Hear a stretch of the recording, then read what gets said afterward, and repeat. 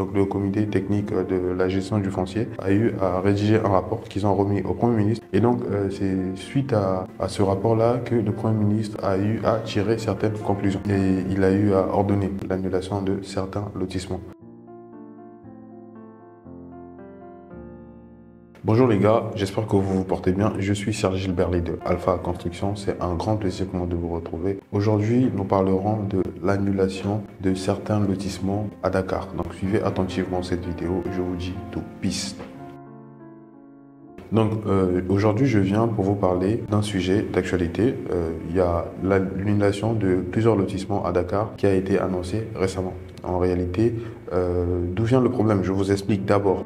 Il fut un moment de cela, nous avons d'ailleurs eu à faire une vidéo où nous avons parlé de cette annonce-là. Le gouvernement sénégalais avait décidé de suspendre les opérations foncières sur plusieurs lotissements du Sénégal. Donc, parmi ces lotissements, il y avait des lotissements situés à Dakar et aussi à Thiès. Donc à Dakar, on pouvait citer des lotissements comme Hangar des Pèlerins, on pouvait citer la zone de recasement, on pouvait citer le lotissement Éogène. Et donc il y avait plusieurs lotissements. Et le but pour le gouvernement était d'étudier en fait les dossiers de tous ces différents lotissements, comprendre réellement d'où vient ces lotissements, qui peut-être, c'est ce qu'on se dit, d'où vient ce lotissement, à qui on a vendu, qui a acheté, et pour comprendre réellement si les acquéreurs de ces terrains les avaient acquis de façon normale et non de façon frauduleuse. Et donc c'était surtout ça. Et après, s'assurer que ceux qui vendaient étaient réellement les propriétaires et ceux qui achetaient étaient vraiment les personnes qu'il fallait. Donc c'est à peu près ce que le gouvernement essaie de faire. Donc il fallait assainir en fait le foncier du Sénégal. Donc c'était à peu près ça. Et donc c'était ce que le gouvernement était en train de faire. Et bon, en réalité, vous le savez très bien, si vous avez eu à vous renseigner sur l'achat des terrains au Sénégal, en Côte d'Ivoire, au Congo, au Mali, au Burkina, vous comprendrez que bon, la plupart de ces pays en Afrique, il y a un point commun. Donc il y a quelque chose qui revient souvent lorsqu'il s'agit du foncier. C'est la vente de faux terrains. Il y a des gens qui vendent des terrains qui ne leur appartiennent pas. Ou encore il y a des gens qui vendent des terrains à 2 ou 3 personnes. Et donc c'est tout ça. Moi je pense que l'idée était vraiment bonne. L'idée du gouvernement de stopper toutes les opérations foncières était très intéressante. Et voilà.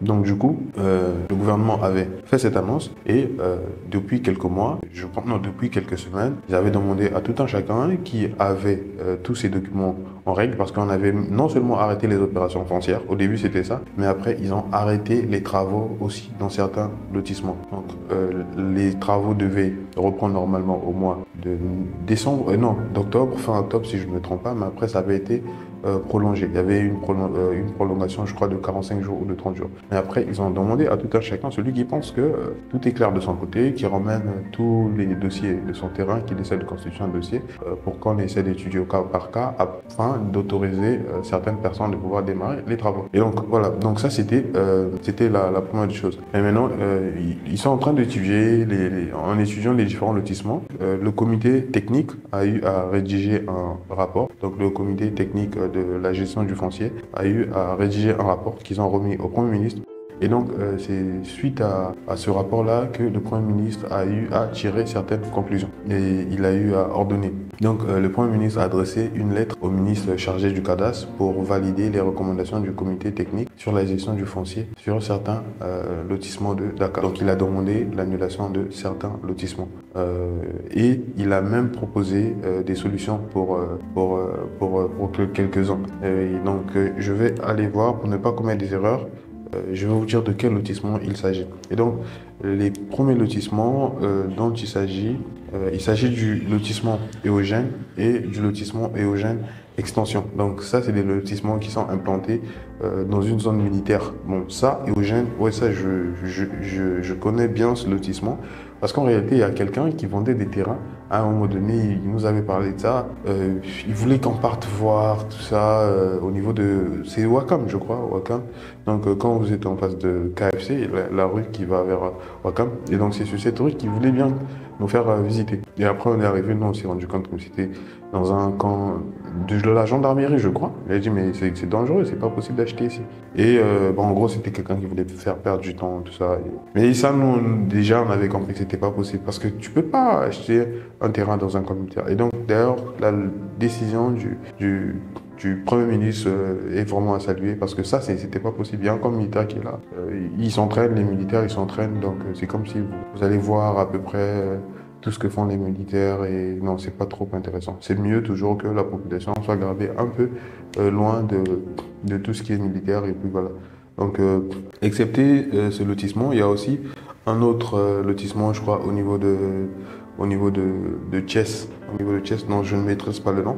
Et donc, d'ailleurs, pour les lotissements de Wakam, il a demandé à ce que ces lotissements soient relocalisés, donc d'étudier la possibilité de les relocaliser.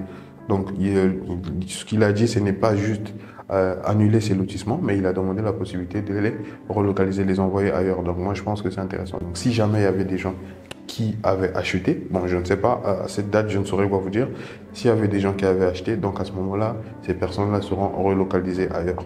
Maintenant, au cas où il n'y a pas encore des gens qui ont acheté, tant mieux, ça sera beaucoup plus facile en fait de revendre, de faire un nouveau lotissement et puis vendre à des nouvelles personnes. Et voilà. Donc moi, je pense que si jamais la décision, en tout cas la suggestion faite par le Premier ministre passe, les terrains qu'il faudra acheter, ça sera vraiment ceux-là en fait. Parce que bon, là, vous avez l'accord ou bien encore l'aval du gouvernement et donc c'est peut-être ce qu'il faudrait faire. Après, il y a aussi d'autres lotissements au niveau de la VDN.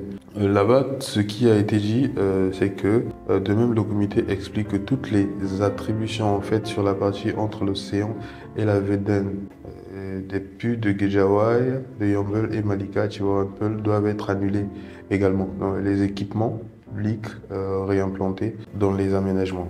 Donc là-bas aussi, au niveau de la VDN là-bas, donc tous les lotissements qui ont été vendus là-bas, normalement, ils vont être annulés. Bon, là-bas aussi, c'est normal, hein, parce que c'est vraiment des plages. Il y a des gens qui font du sport là-bas, donc vendre des terrains là-bas, c'était vraiment pas bon. Donc, toutes les personnes qui avaient acheté des maisons, des terrains, croyant faire des bonnes affaires, parce que ils avaient la vue sur mer, sachez que bon, désormais, c'est mort. Et si vous avez acheté, il faut aller retourner, et vous devez retourner vers la personne qui vous avait vendu le terrain, au cas où c'était des terrains qui n'étaient pas encore vendus, tant mieux pour vous. Et voilà. Donc là-bas, finalement, c'est décidé. Certainement, ça va être, bon, c'est des espaces publics, donc on va aménager peut-être des aires de jeu, des aires pour le sport, tout pour le divertissement, et voilà.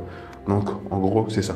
Maintenant, dites-nous ce que vous pensez. Est-ce que parmi ceux qui nous regardent, il y a des gens qui ont eu à acheter des terrains dans ces différents lotissements à problème ou pas? Donc, si vous aussi vous êtes en attente de l'autorisation ou encore s'il y a eu une suspension sur votre lotissement, mettez-le en commentaire, comme ça on saura et puis on va essayer d'en parler. Merci, c'était Serge Gilbert, de Alpha Cons. Peace.